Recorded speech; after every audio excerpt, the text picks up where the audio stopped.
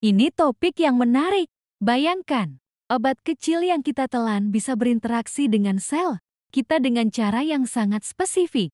Berikut adalah gambaran detail tentang bagaimana obat berikatan dengan reseptor dan memicu respons seluler. Pertama, reseptor. Gerbang seluler. Protein spesifik. Reseptor adalah protein khusus yang berada di permukaan atau di dalam sel. Mereka seperti gembok yang hanya bisa dibuka oleh kunci tertentu, yaitu obat yang tepat. Bentuk dan struktur reseptor memiliki bentuk 3 dimensi yang unik yang memungkinkan mereka berikatan dengan molekul obat tertentu. Kedua, ikatan obat reseptor. Kecocokan obat dan reseptor memiliki bentuk dan muatan yang saling melengkapi, seperti kunci dan gembok. Ikatan kimia.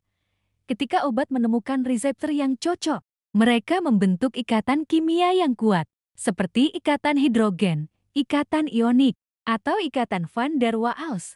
Afinitas. Seberapa kuat obat berikatan dengan reseptor disebut afinitas. Obat dengan afinitas tinggi berikatan lebih kuat dan lebih lama dengan reseptor. Ketiga, aktivasi reseptor. Perubahan konformasi. Ikatan obat dengan reseptor menyebabkan perubahan bentuk konformasi pada reseptor. Perubahan ini seperti memicu gembok agar bisa membuka pintu. Jalur sinyal. Aktivasi reseptor memicu serangkaian reaksi kimia di dalam sel, seperti jalur sinyal yang mengirimkan pesan ke bagian lain sel. Respons seluler. Jalur sinyal ini memicu respons seluler yang spesifik, seperti produksi protein, membuat protein tertentu yang dibutuhkan untuk melawan infeksi, mengendalikan tekanan darah, atau meredakan rasa sakit. Perubahan aktivitas. Enzim. Mengatur aktivitas enzim yang berperan dalam metabolisme, pertumbuhan, atau pembelahan sel. Perubahan permeabilitas. Membran. Mengatur pergerakan zat tertentu, masuk dan keluar sel. Keempat, efek obat. Efek terapi, respons. Seluler yang dipicu oleh obat menghasilkan efek terapi yang diinginkan, seperti meredakan gejala penyakit, membunuh bakteri, atau mengontrol tekanan darah. Efek samping.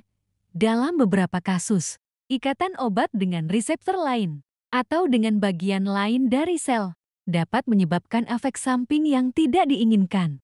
Contoh, insulin.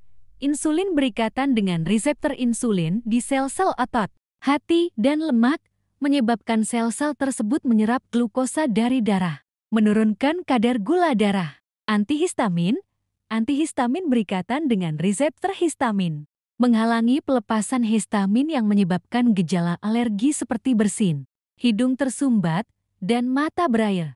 Penting untuk diperhatikan. Reseptor sangat spesifik, sehingga obat hanya berikatan dengan reseptor tertentu, memicu respons seluler yang ditujukan untuk mengatasi kondisi medis tertentu.